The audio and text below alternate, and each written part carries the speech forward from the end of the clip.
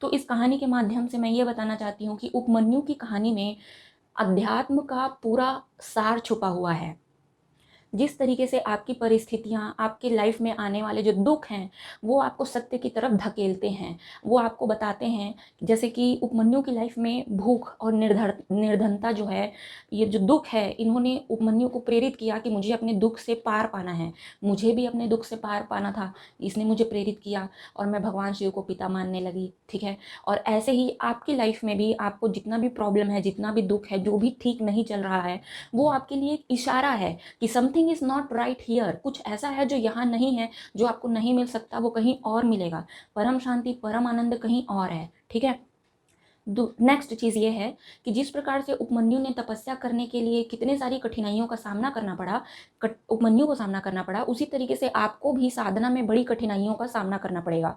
ऐसा नहीं होगा कि एकदम फूलों की माला बिछी रहेगी आपके कदमों कदमों में और आप एकदम अच्छे से पहुंच जाओगे साधना के अंत तक। नहीं, ऐसा नहीं होगा, ठीक है। बड़ी कठिनाई वाली साधना होती है, लेकिन ये जरूरी है। जैसे सोने को खरा होने के लिए भयानक आग में तपना पड़ता है, जैसे हीरे हीरे को बेस्ट रिफ्लेक्ट होने के लिए, चमकने के लिए कई सारे कटिंग से गुजरना पड़ता है। जैसे एक पौधे को जमीन से ऊपर आने के लिए बीज से पौधा बनने में बड़ी ताकत लगानी पड़ती है, ठीक है। जैसे कि एक तितली को खूबसूरत पंखों में ट्रांसफॉर्म होने के लिए ककून के अंदर बड़ी ताकत लगानी पड़ती है। इस तरीके की ताकत आपको अपनी साधना में झोंकनी पड़ेगी, क्योंकि इसके बाद ही आपका व्यक्तित्व निखरेगा, इसके बाद ही आप में वो तेज आएगा। वो तपस्या के बाद, तपस्या पूरी होने के बाद जो आपका जीवन होगा ना, उसका रस कुछ और ही होगा, उसका आनंद कुछ और ही होगा। तो साधना किसी भी कीमत में आसान नहीं होती, चाहे वो कोई भी साधना हो, ठीक है। हाँ, लेकिन भक्ति थोड़ी आसान ज़रूर पड़ती है, क्योंकि भक्ति में बहुत रस और बहुत आनंद मिलता है। तो साधना में आपको थोड़ा नहीं, बहुत सुख भी मिलेगा, ठीक है। तो भक्ति इसलिए बेस्ट है मेरे हिसाब से, ठीक है।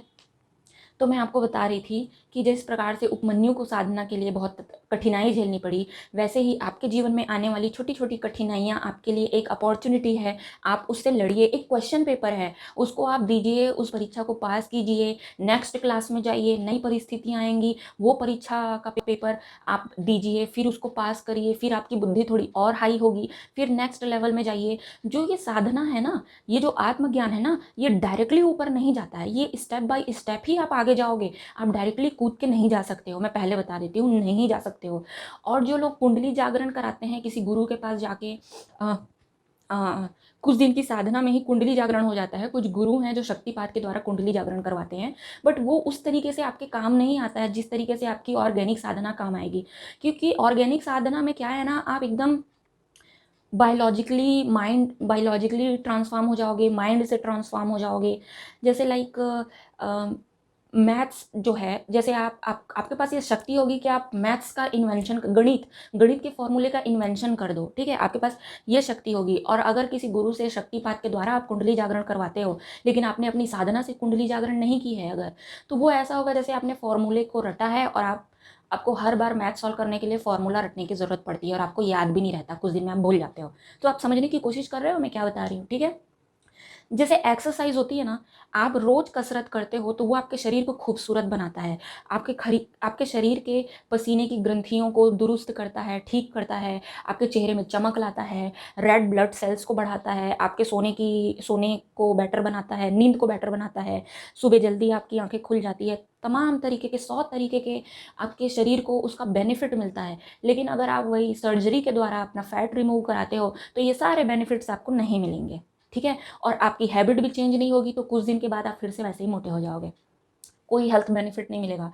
और एक्सरसाइज इतना करने में आपके विल पावर का भी टेस्टिंग होता है, तो आपका विल पावर भी स्ट्रांग नहीं होगा, आप मजबूत इंसान नहीं बनेंगे, मजबूत इरादों वाले इंसान नहीं बनेंगे, आपके व्यक्तित्व में चमक नहीं आएगी, प्रभावशाली व्यक्तित्व नहीं होगा। आप समझ रहे हो, ये इतने सारे जो बेनिफिट हैं वो आपको साधना करने से ही मिलते हैं, ठीक है। तो आप ये जिसको मैं मोक्ष, मुक्ति और शून्यता, ठीक है, ये बोल रही हूँ, योग की भाषा में उसी उसी फेस को समाधि और कुंडली जागरण कहते हैं। जब मैं ध्यान वाला सीरीज बनाऊंगी तो मैं उसमें इन इन चीज़ों को डिटेल में मैं बताऊंगी, ठीक है। अभी के लिए आप इतना जान लीजिए।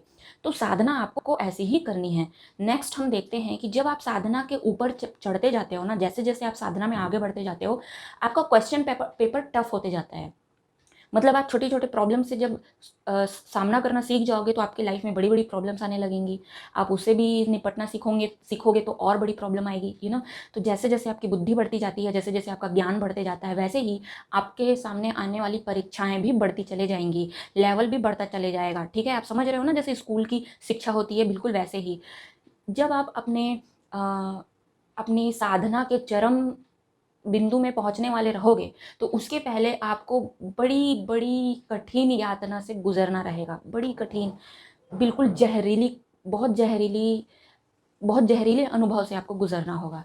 और वो अनुभव आपको, जैसे उपमन्यु के लिए भगवान शिव आए थे इंद्र का भेष धर के, और वातावरण ने बहुत सारी कठिनाइयाँ पैदा की उपमन्यु के सामने, पर उपमन्यु ने उनको इग्नोर करके अपनी साधना में ही फोकस किया। बिल्कुल वैसे ही आपकी लाइफ में भी टेस्टिंग होगी।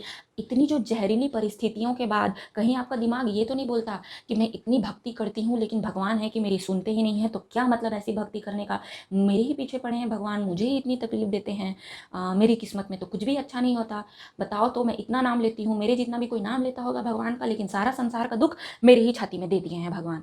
ये सारा टेस्टिंग जो है भगवान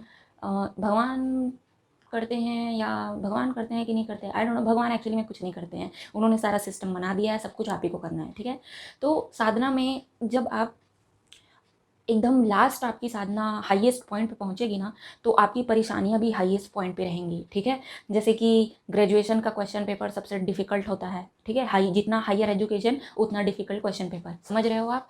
तो उस वक्त भी, उस महान गहन दुख में, अगर आपका दिमाग शांत रह जाता है, समर्पित रह जाता है, भगवान के चरणों पे अर्पित रह जाता है, अगर आप वो टेस्ट पास कर लेते हो, तब आप उस पार पहुंचते हो शिव दर्शन के पास। ठीक है, आपको समझ आ रहा है कितनी सिमिलैरिटीज़ है इसमें। ठीक है,